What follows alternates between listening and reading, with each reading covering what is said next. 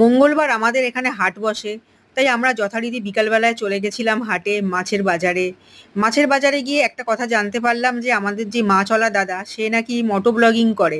তার নাকি একটা ইউটিউব চ্যানেলও ছিল যেখানে অনেক সাবস্ক্রাইবার। কিন্তু সে সেটাকে বাদ দিয়ে মাছ কেন কাটছে? জিজ্ঞেস করাতে বলল এটা তার নাকি বাপ দাদার ব্যবসা। তাই এটাকে সে হেলায় নষ্ট হতে দিতে পারবে না। তাই ওইসব ব্লগিং টগিং ছেড়ে দিয়ে সে এখন এটাতেই মনোনিবেশ করেছে। তাই ভাবলাম সে ব্লগিং ছেড়েছে তো কি হয়েছে, আমি তার এই মাছের ভিডিও দিয়ে একটু ব্লগিং করে নিই। দাদা পারমিশন দিল, আমিও করে নিলাম। যাই হোক, যথারীতি গল্প করতে করতে আবার আগের দিনের মতো সেই ওমানি সার্ডিন কিনে ফেললাম, যেটাকে আমরা ইলিশের ছোট ভাই বলে থাকি।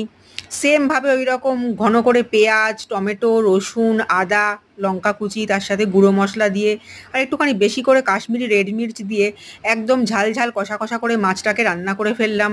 যারা এই মাছটার ভিডিও দেখতে চাও রান্না করার, তারা আমি লিংক দিয়ে দিচ্ছি নিচে, সেইখানে গিয়ে দেখে আসতে পারো। পুরো ডিটেলস রেসিপি দেওয়া আছে। সেম আগের দিনের মতো করেছিলাম, শুধু আজকে একটুখানি আলুর বাটি চচ্চড়ির মতো ঝিরিঝিরি করে আলুটাকে কেটে সেইটাও দিয়ে দিয়েছিলাম। কারণ কি, আমার আলুর সাথে মাছ খেতে খুব একটা খারাপ লাগে না, আর আমার হাজবেন্ড তো ভীষণ পছন্দ করে, তাই আমি আরও বেশি করে বানিয়েছিলাম। আর আরেকটাও ব্যাপার, সাথে আলু ভাজা বা অন্য কোনো রকম তরকারি আমাকে করতে হলো না। মাছের এরকম কষা কষা করলে সাথে যদি অন্য কিছু না থাকে তখন খেতে প্রবলেম হয়, তাই আমাকে আলু ভাজা বা অন্য কোনো ভাজা একটা করতেই হয়। কিন্তু যেহেতু আমি বুদ্ধি করে এই মাছের চচ্চড়ির মধ্যে আলুটাকে মিশিয়ে দিয়েছি, তাই এক ঢিলে দুই পাখি মারা হয়ে গেল। একসাথে মাছ আর আলু একবারই খাওয়া হয়ে গেল।